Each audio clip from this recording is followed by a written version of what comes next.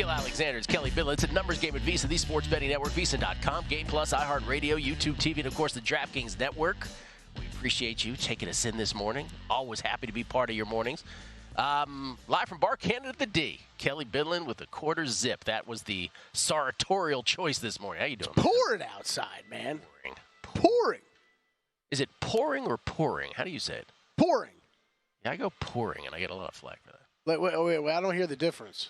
You're more like you're purring like a cat? No, I'm more like pouring a drink. You're more like a pour of the skin. Yeah, it's a big debate. Big debate around. Yeah, okay, so that's definitely that. I hear what you're saying. That is Yeah. definitely two words I say exactly the same way. Okay, all right. Just checking. I didn't think we'd start there, but that's where we are. College basketball, what a day, what a week. Dallin Cuff from ESPN and ESPN's Daily Wager will join us to discuss that as well, as will Chris Felica from Fox Sports. He's got some college hoops thoughts. He's here for the horse racing handicapping contest. I'm so National Horse Players Championship. Intrigued / pumped by that.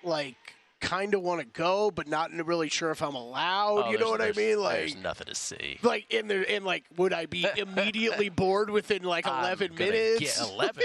I'm going to go 4. Jason Weingarten, Ben Wilson. Oh, now we're talking.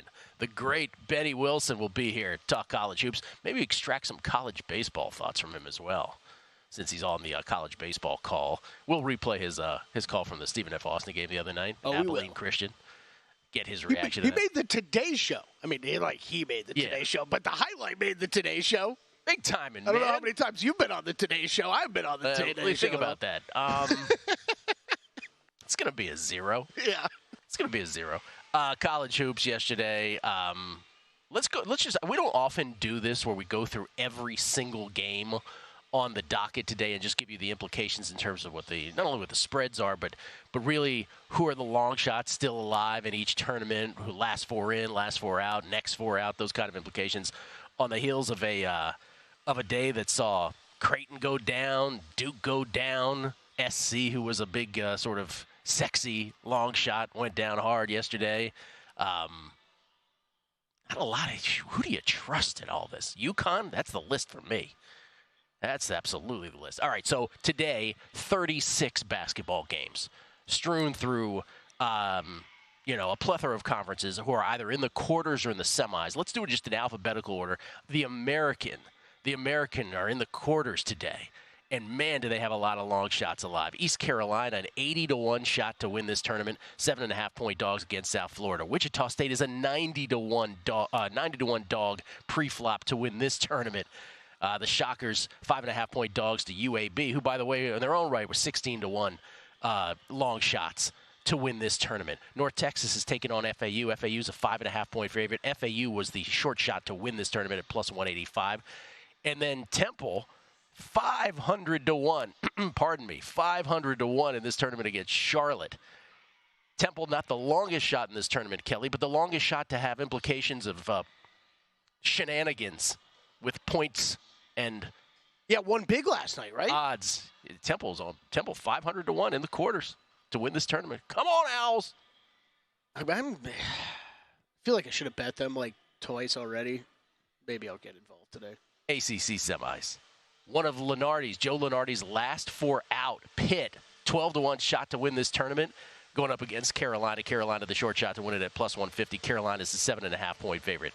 NC State, the Wolfpack, as the vacuum begins.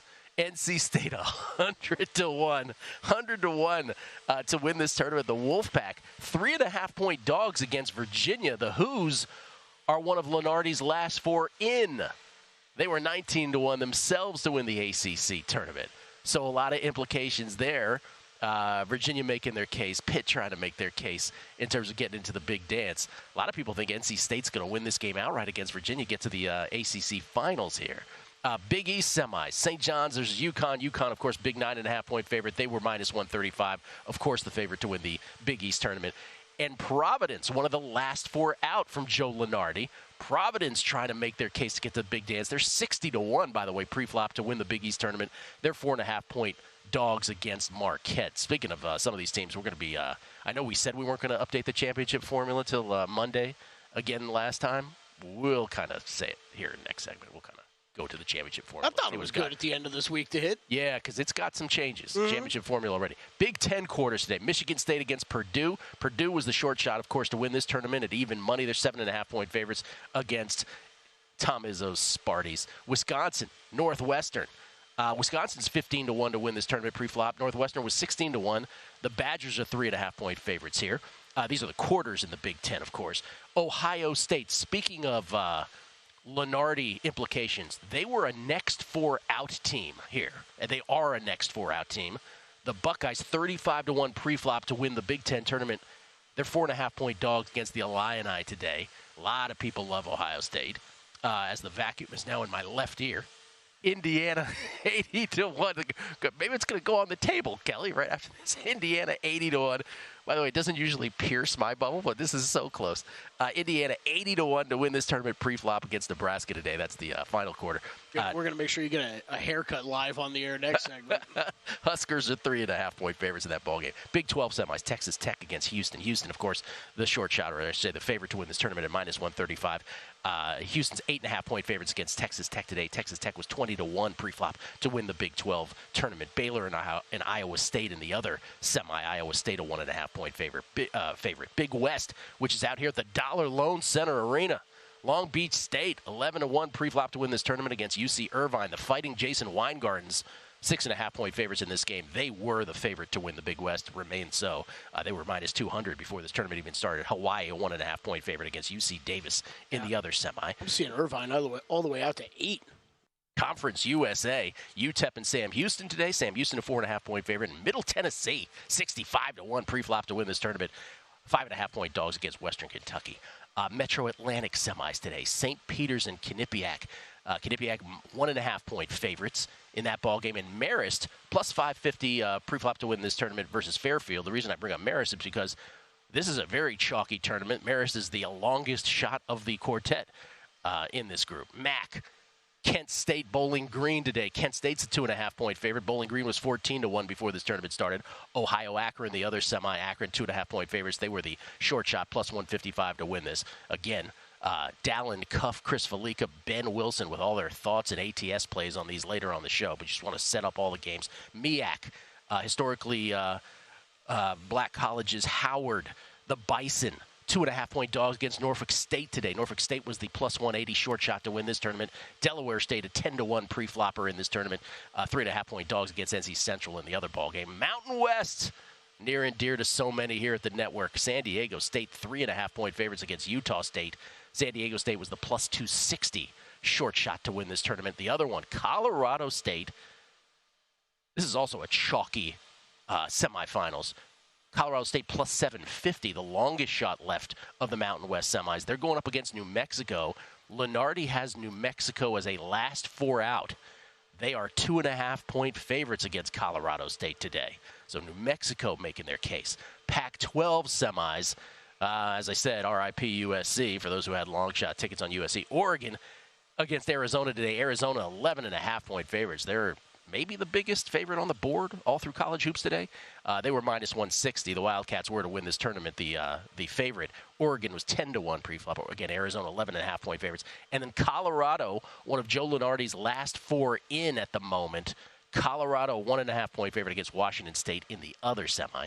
SEC is in the quarters. Mississippi State, the 65-1 Mississippi State squad, pre-flop in this tournament against Tennessee.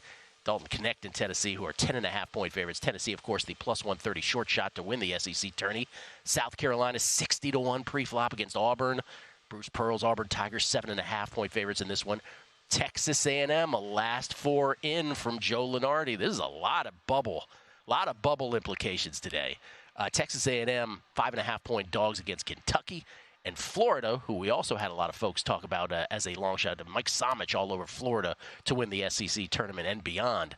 They're 3.5-point dogs against Alabama in the final of the quarters. And then the last two conferences, the SWAC, Bethune-Cookman 20-1 dogs to win this tournament pre-flop. 2.5-point dogs against Grambling. Alabama A&M 60-1 pre-flop in this tournament. 4.5-point dogs against Texas Southern. And then in the WAC, Seattle and Grand Canyon. Grand Canyon was the pre-flop favorite to win the WAC at -145. They're 4.5-point favorites against Seattle today. And Texas Arlington, Kelly, 1.5-point favorites against Tarleton State. Remember, with Tarleton State, as we talked about. State of Texas. State of Texas. We did mention that as well in a trivia question that you asked me. Yep. Nailed it, by the way. Tarleton State, the one team here still alive today in their respective tournaments that cannot go to the big dance, ineligible because of transferring up to D1 and the NCAA's ridiculous 45-year rule where you have to wait. I believe it's 4. I still don't get the reasoning behind the rule. There is no reason. I would really like an explanation of that, because like if you get promoted, you shouldn't you have the rights of every other team that you're promoted amongst? No, apparently you need 4 years to really acclimate. Like. It's like the Premier League when they promote teams and relegate teams. That it's like, you get promoted, but like, hey, you can't win at this. That was the big thing we were talking about. Wagner, of all the long shots that have already advanced to the big dance, Wagner so far at a 20-1 shot was the longest in the Northeast. Remember, they beat Merrimack. Merrimack was the team that would have gone last year, but because of the transfer couldn't. So Merrimack was on the cusp of doing it. Their hearts broke. Especially like schools like that, right? Like, I mean, like, the fan bases would be going nuts at the opportunity to play in the NCAA tournament. Anyway, that's the day in college basketball game. We will have Ben Wilson, Dallin Cuff, and Chris Felica chiming in on this. We'll do the formula in a minute. All those implications, though, not just the ATS, but for those who have long shot plays, but really the last 4 in, the last 4 out, and the next 4 out. This thing is super unsettled heading into Selection Sunday, at least at this moment, with bids being stolen already and maybe still to come. Coming back, championship formula next.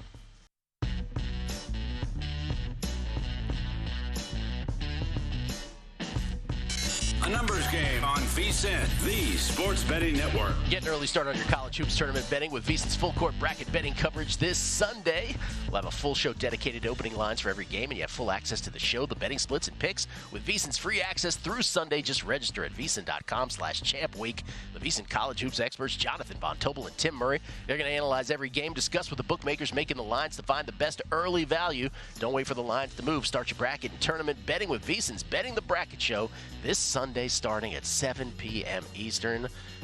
We will have Monday morning Michael Montesano going through every bracket in every region.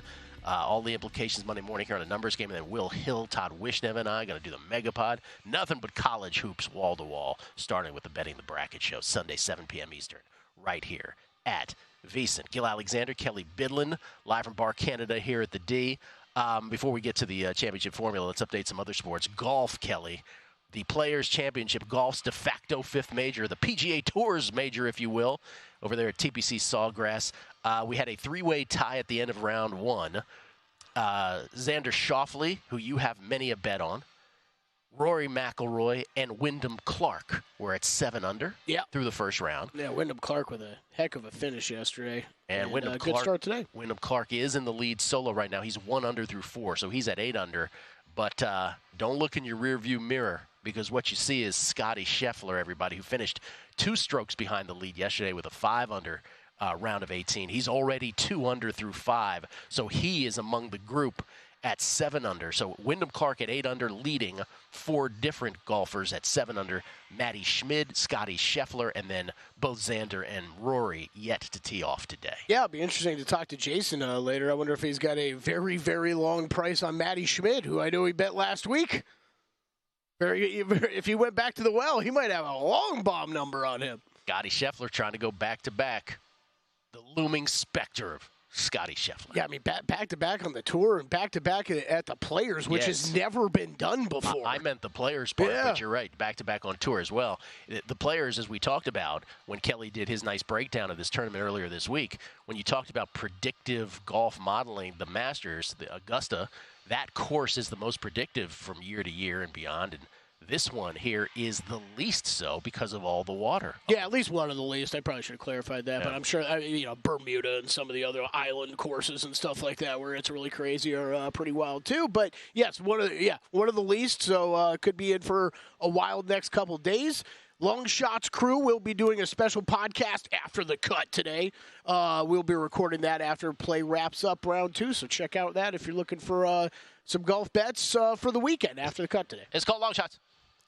Tennis, speaking of fifth majors, in quotes, Indian Wells. Yesterday we split our 2 bets, hit on Kostyuk, lost on Navarro. Kostyuk was straights, Navarro lost in 3. Good on Maria Sakkari, though, like tip of the cap to her. So we lose a little juice, anywhere between 20 cents to 27 cents juice on that game, that match, rather, depending on where you got it. Emma Navarro just couldn't get to the finish line. Sakkari is one of these players who just, she defies the numbers in a way that she rarely gets upset early in tournaments, and in this one she's gotten all the way to the semi. So what you have now is a situation where you have the semis on the ladies' side today, you have the semis on the men's side tomorrow. Let me just start with the men tomorrow. I don't know that we will. I don't have a bet today in the semis on the ladies' side. I don't even know that I'll have one on the men's side tomorrow. This is, I mean, it's just the lines are where they should be, and some days we're not going to have any bets. That's just how it works. That's where the numbers lead us. Today, Kostyuk versus Swiatek, the number 1 seed, and of course we have the futures on Swiatek. Swiatek, a prohibitive minus 1250 favorite. She won by withdrawal of Carolyn Wozniacki yesterday with a toe injury. So Swiatek got through after winning the first set and was up 1-0 in the 1-love, in the second set. So Swiatek, big favorite over Kostyuk today, and then Coco Gauff, a minus 263 favorite over the aforementioned Maria Sakkari, and that's about where it should be, quite frankly. How real is this Wozniacki comeback? I mean, a little pretty bit. real. Yeah, pretty real. I mean, her odds have been kind of just getting shorter and shorter and shorter. I mean, real to the extent that she's a really solid player. She's not exactly threatening the top 10 or anything at this point. Okay. And then the men's side tomorrow, I mean, this would had Djokovic won his quarter, and he didn't come close, this would have been the dream semis they wanted. Instead, what you have is Medvedev against Tommy Paul, who takes Djokovic's quarter.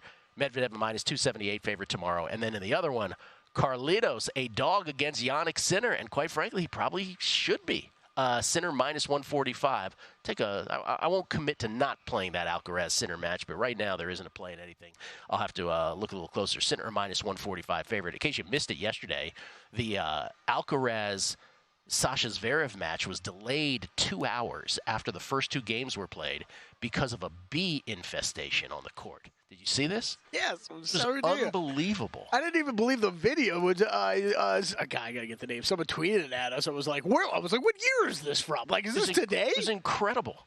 You know, at first, like he's going to serve, and it's just like one wave, and a second wave, and then all of a sudden he was going nuts. The bees attacked the umpire too. I mean, it's no joke.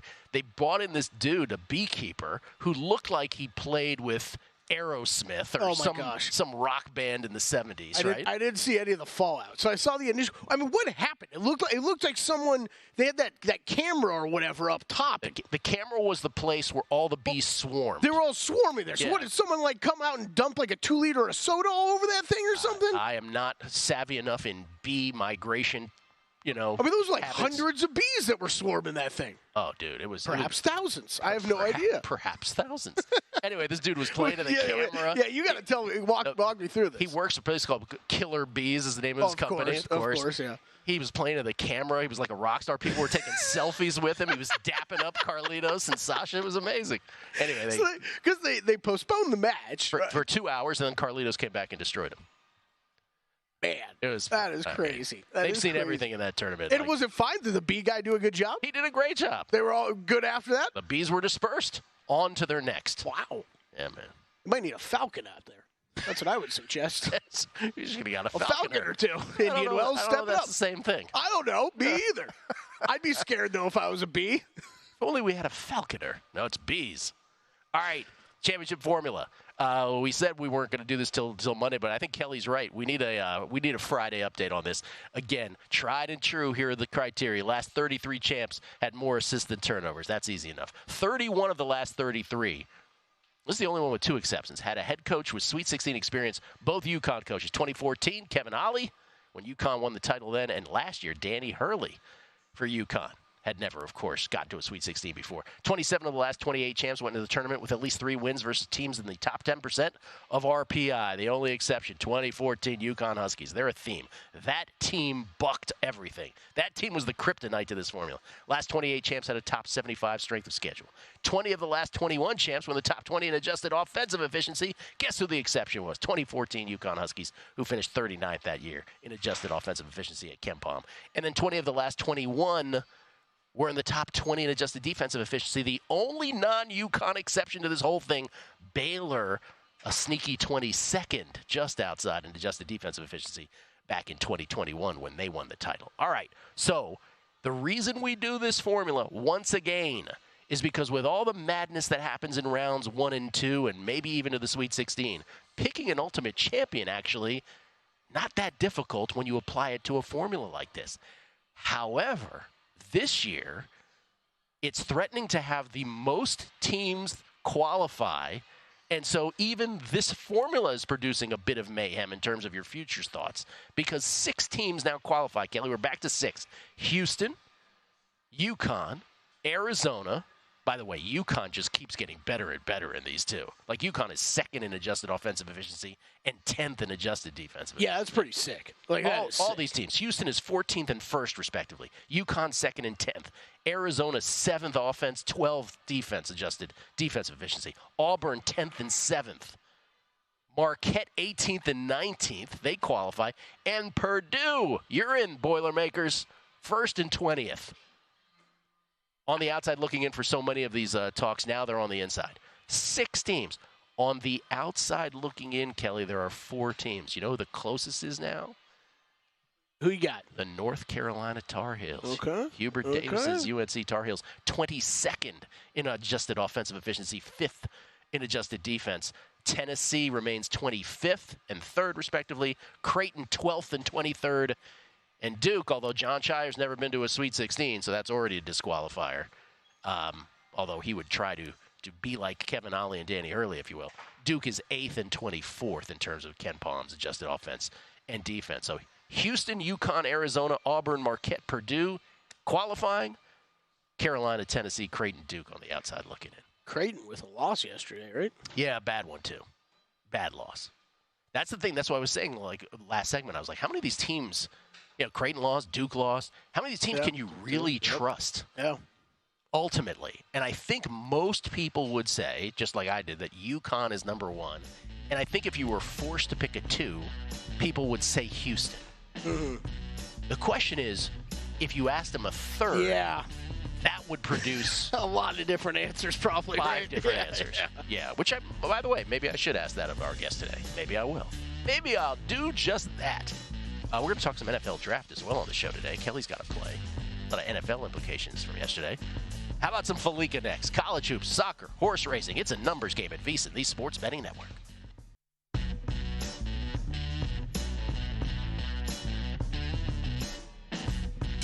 A numbers game on Vsin, the Sports Betting Network. Not a registered Vsin.com user yet? What the heck are you waiting for?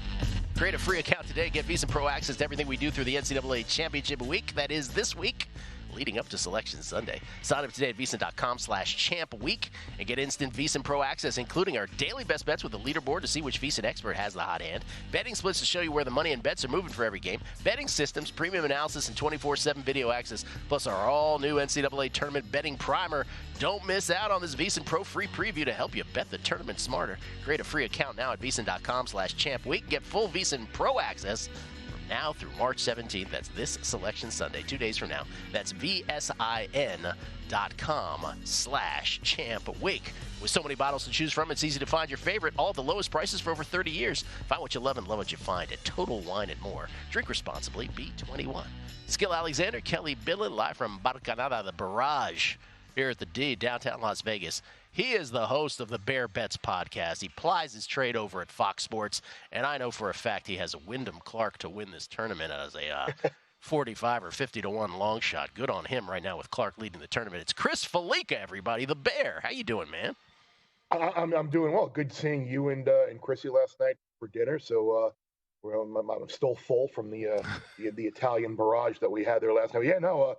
Wyndham Clark off to a good start, so it gives us hopefully a nice little weekend sweat in addition to hopefully the horse racing tournament that gets underway at the Horseshoe today. Yeah, it's by the way, Chris comes to us courtesy of the Progressive guest line. It was an Italian barcanada is what it was, not an Italian barrage. I just want to make that clear. All right, let's start with this. Since you bring up the horsies, can I call them horsies? You're here for the National Horse Racing Contest, and it begins today. Is it about to start? Is that what happens? Well, yeah, yesterday was what they call the first chance, last chance tournaments. Basically, if you had not qualified for this year, it was your last opportunity to win a seat into the competition for this weekend. If you had already qualified, it was an opportunity to get a qualified for next year already. So I figured I may as well take a shot at that. It didn't happen. I had 6 horses run second at 6-1 or better. So it was one of those days with some fluky results. But no, but you know what? I'm happy to get those type of beats out of the way yesterday because Is that how that works? Yes. Yeah, you get the fluky results out of the way, you get the cap horses out of the way, and now today begins the 3-day competition. Today and tomorrow are the first 2 days. After Saturday, the top 10% advance Sunday, and those people are guaranteed getting paid out. I think they close at 715 people or something like that. So that like the top 71 will advance after Saturday. So yes, mythical $2 one place bet on a horse and best bankroll bid. Watch out for that Samich kid. That's all I gotta say. Yeah, I ran into Mike yesterday. So yeah, he's in it as well. So yeah, hopefully he had a good day in hoops as well. I know we did the day before, so I have to check in with them when I get over there. Okay, so let me just clarify this. Are you able to give a horse play? Is that what it is? Horse play or two here, or is that going to lose some competitive advantage? Well, it wouldn't necessarily be competitive disadvantage. I'll be honest with you. I literally have a sheet of paper like this with a whole bunch of things written in on it. Okay. So like I couldn't even pick one that in particular was great. So it's one of those things like once you get in the room, you kind of got to notice names on the leaderboard and who may be there and who not. And you're like, okay, they're there. So they're off to a good start. They called a long shot. And you just kind of know the way people treat it as like an ROI competition as opposed to necessarily picking winners. Before we go to soccer and in college hoops, Kelly was wondering earlier, can he enter the room just as a spectator? And yeah, would how it do I even get be involved? Not anymore. Not anymore. Oh, what? Yeah, you used to be able to bring people in, but just because of seating and keeping it tight, you might be able to look online. I mean, they do post a lot of video clips and such. But yeah, no, you used to be in old Bally's area where the sport used to be on the incline. You used to be able to get in there and look. But yeah, now the way the seating is in the ballroom at the convention here with space being limited, yeah, unfortunately you can't get in and watch it. But I'll tell you what, that rush in the room when there's a long shot coming home and the favorite might be vulnerable, it's pretty cool to see. So hopefully I get off to a good start today and we'll have good news to update over the weekend. Chris, all I'm saying is you're a busy man. You clearly need an assistant. They should understand that. Yes. I'm happy to be there, you know, and you know, being Adam Schefter handling phones or anything we got to do. You know, I'm happy to help out. That's all I'm saying. Kelly, it will be great. You can run the hoops bets today. I could take care of the horses. You could go grab me a slice of pizza. It's perfect. Just come hang out. There is nothing more entertaining than watching Chris Felica betting on a horse. I would love that to is check going this down out. the stretch. It is hilarious. I would love to check this out. Yeah. I also believe you, though, Gil, that after probably 37 minutes, I'd be like, all right, I'm tired That's of this. good. All right, soccer. What do you got for us? Well, I saw the Champions League and the Europa League draws were today, and the only reason I know Liverpool drew Atlanta, and they should be able to take care of them in the quarterfinal. Some Man City drew Real Madrid, which if you have a City future, that's probably the one team that's left that could beat them. So, like I was talking about last week, it's probably a good time to get on a City future still. But when they post Europa League odds to win again, I don't see anybody left that's going to be able to beat Liverpool and at least keep them from getting to the final. The way they're getting healthy now, they'll be a considerable favorite against Atlanta in the quarterfinals. So just with 2 rounds to get whatever Liverpool is to win Europa League, it'll probably be pretty short. Again, that'll be a ticket you'd want to have. And then for a match today, I think it's at 1:00 Pacific. You have your Dion Paris. I'm going to go with Cadiz, Cadiz, and as you know, it's not pronounced Cadiz. Yeah. Or that's not pronounced Cadiz. It's Cadiz. The way you pronounce it. Playing Cadiz. They play Real Sociedad. Cadiz is right on the relegation line. 14 road matches this year. They've scored 7 goals. Soch is one of the better defensive teams in the league. They kind of struggle lately. They're right on one of those European positions. So I played Cadiz under a half goal throughout this 1 year. So you can play Soch to win to 0 as well if you're looking for a little shorter price. But Cadiz under a half a goal is what I like today in soccer. I love that he goes Cadiz, but with Real Sociedad, he goes Soch. I love that. Soch. Okay. College hoops, what a day, what a week it is. What do you like today? Well, as you know, last night I had to walk out and do a radio interview, so I apologize for that. And kicking around, so rude. For last night. I'm such a rude guest and a rude fan. Yeah. They kept me for 2 seconds, but that's okay. Landed on 3 things today. North Carolina minus 7.5. I think you look at Pitt; they're a perimeter-oriented team, and UNC with one of the better perimeter defenses in the country. With Duke out of the way now, it's kind of a clear path for the Tar Heels to win this ACC tournament. So UNC minus 7.5. You can actually get a better number. I'm going to go Gil Thomas on you right now. You can actually get a better number on Western now than you could last night. I like Pats +4 against Wisconsin. They lost a semi-competitive game earlier this year against the Badgers. And Wisconsin yesterday, that was kind of a perfect storm. You had a Maryland team that was ready to basically end the season with the way they've been playing. Nice of them to show. Wisconsin was shot ungodly from 3-point range. That probably won't happen again. So I like Northwestern +4. And then I like Michigan State +4 in the first half against Purdue. We saw teams like UConn even come out yesterday, kind of sleepwalk through the first half a little bit. One of the earlier starts today, you had Michigan State play yesterday. They played a good second half to get past Minnesota. They're going to be in the tournament, but you wonder if Purdue might kind of come out and sleepwalk a little bit and get a slow start early on in that gym with Michigan State already having a game under their legs. So took Spartans +4 in the first half as well. I like what you said about BYU last night. I know it's a random thought, but we had this conversation last night. BYU losing in typical BYU fashion. They fall behind, they make a run, they fall behind again. By the way, when they're up, they also let the other team make a run. Yes. But you actually think for a team like that, losing some seeding in the big dance ain't a bad thing. No, it's not. You if you're on that 4 or 5 line, which is probably around where they were, you'd much rather be on that 6 or 7 line to avoid necessarily playing one of the 1 seeds in that second round or in the Sweet 16. So I think maybe BYU losing, getting that bad shooting performance out of the way might help them in seeding, just like it might help a team like Gonzaga. We've seen some seeding, maybe they were around a 9 seed or so. Gonzaga, if they could fall to a 10 or an 11 seed, that might be beneficial to them as well to kind of avoid that top side of the regional cup tournament time. So much rather be on that 2-3 side on the bottom, I think, especially this year with some of the teams that you're looking at potentially being those 2 or 3 seeds. All right, Chris. Good luck with the horses today. May you and Samich both cash. Let's go.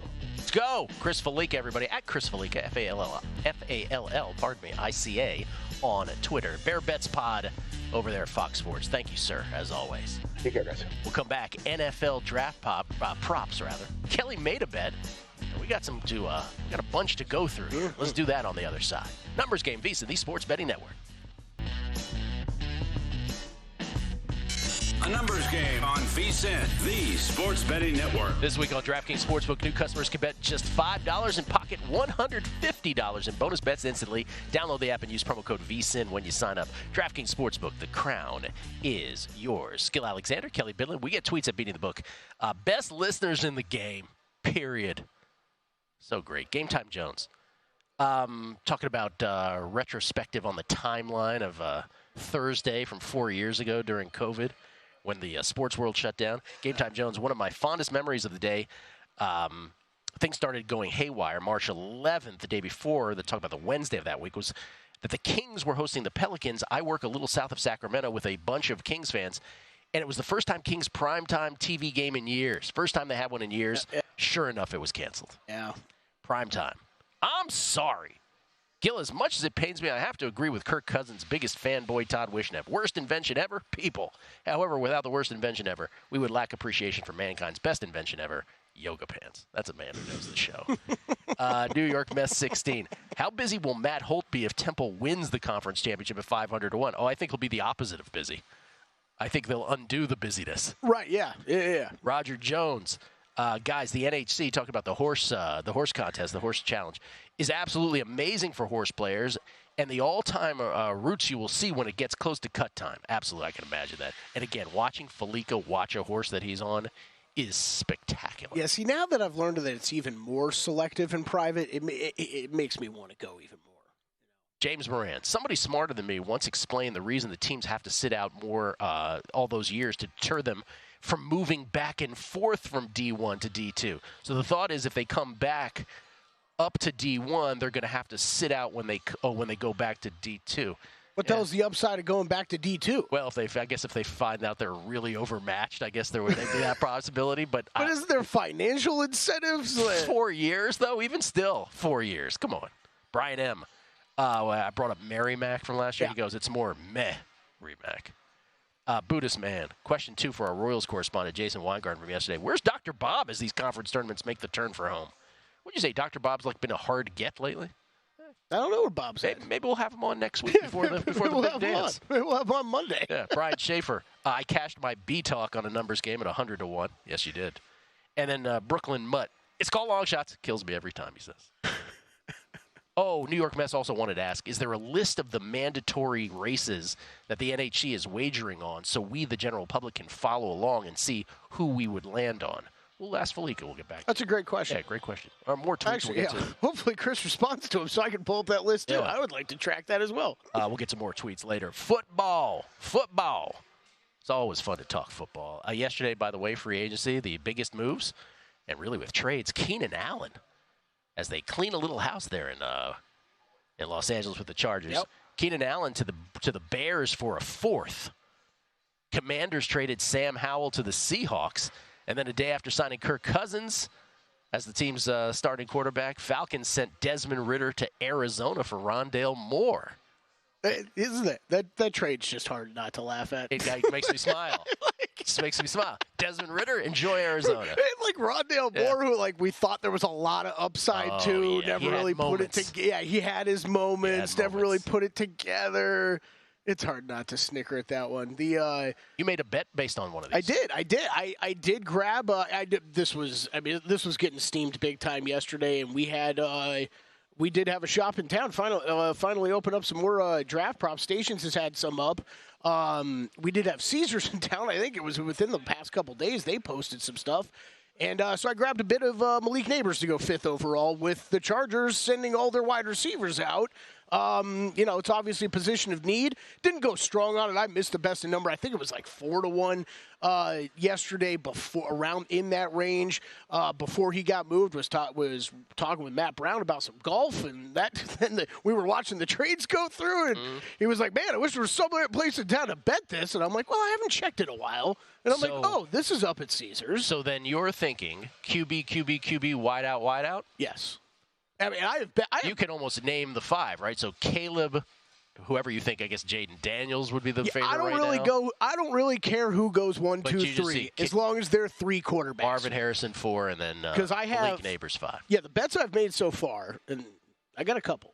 Marvin Harrison Jr. to the Cardinals, because that was the market that was open that I could bet. So not 4th overall, but to the Cardinals specifically at -170. Bet that, so that would be him 4, and then you got Malik Neighbors 5. I grabbed that at +225 last night. It is down to +175.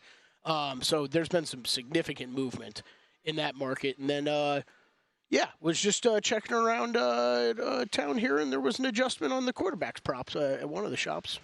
Random thought. Is Aaron Rodgers playing football while being a vice presidential candidate? Is that what's going to happen if he's a VP? Sure, you could do both, right? I mean, how hard could it be? What's that? I said, how hard could it be? Don't you have to be on a stage at some point and put your hand up and you're just? I think I've read all of 2 tweets about that, and that was it. I'm like, I'm not reading any further on this. We got some other props in terms of just position by position over-unders. Yeah, Station's doing a great job putting these up early. I think these were up like a week ago. QBs set at 4.5. First round, now we're talking. Quarterbacks set at 4.5 with the over juiced at minus 145. Obviously, as we just talked about, presumptive quarterback at the top. Williams, May, and Daniels in whatever order. Williams presumed to be number one. And then, obviously, the other candidates being the fast-moving up the charts, if you will, J.J. McCarthy. And then there's Penix and Nix also. But 4.5, the over slightly juiced at minus 145. Let me just do a brief Daniel, Jeremiah, Mel Kiper, their most recent mock drafts. They each have 4. Now, Kiper was late January, Jeremiah was early February. So when they last mocked, they had 4 quarterbacks going. Okay. So the unders and plus money there. This is the JVT prop. This is the one he bangs his fist on the table every year of there's under 4.5. Give me 4 quarterbacks every year. He goes crazy. He goes under this one. He goes under every year. Whatever the. Really, first of all, the J.J. McCarthy love is just getting out of control. I mean, I just ask people, did y'all watch? I know he won a national championship, but did y'all watch college football? When did the J.J. McCarthy just love go out of control? Penix is oft hurt, right? Okay, so real quick, I hear you on McCarthy, and I agree with you from everything that I've seen, right? But he'll be a first rounder. But he's going to be a first rounder, right? He's going to be a first rounder. That's right. But I'm just talking about the fact that, what is he, 5.5 or 6.5 is his number now in the draft? It's 6.5. 6.5. Yep, draft position. Yep. So Penix is often hurt. Will someone draft him in the first round? And then Nix, did you ever look at Bo Nix and say to yourself, now there's a first-round quarterback? Some people might have. Not at all, but the whole talent evaluators and team stuff seem to be much higher on Bo Nix than I would have ever guessed. I would think Michael Penix goes before him, but I can't get over. You watched Penix play last year, and you're telling me that guy. Dude, Penix's arm is fantastic. Fantastic. But he's hurt all the time. But he's hurt. And he's 37 years old as well. Roughly 30, he's my age, 24, I know, 24. Wide receivers set at 6.5. The under is juiced at minus 220. Again, going back to both Kiper and Jeremiah's most recent mock drafts. Kiper in late January, Jeremiah early February. They each had 6 going. 6. I thought this was what the number of the books were going to be forced to post. Because if it was 6, you'd only be betting the over. And at 6.5 with this pricing, it's tough to make a bet. It's tough to make a bet. Minus 220 on the under is too prohibitive. Yeah. I'd still only go over. Well, you'd take a shot at the over at plus 175. Offensive lineman is set at 9.5. The under is juiced at minus 160. I think it was Field Yates I heard talking the other day saying he had 22 offensive linemen projected in his top 50 picks. So this is 9.5 with the under juiced at minus 160. Jeremiah had 10 going. Okay. Kiper had 9 going. So right on that number. Yeah. The other prop that I saw up here in town that I almost bet yesterday is over 20.5 offensive players drafted. I mean, if there are that many offensive linemen and wideouts. At plus money. Yeah. Because I kind of lean over on the quarterbacks, wide receivers, and offensive. Well, here's the fly in that ointment is the corners. There's a lot of corners that are expected to go. Right. Cornerbacks. Yes. 5.5 is where this is set. Yes, the under is juiced at minus 200, but again, back to Jeremiah and Kiper. Jeremiah had 5 corners going, and Kiper had 6. So again, right on this number, The only place that they I'm trying to think they each had Brock Bowers, the only tight end. They each had the one defensive tackle. The only difference was that I was just going to say the other positions. Jeremiah went 5 edge, Kiper went 3 edge. Okay. And Kiper made it up with 2 linebackers. That was the only real significant difference. Okay. I'm just doing the math for my over offensive players. Comes up.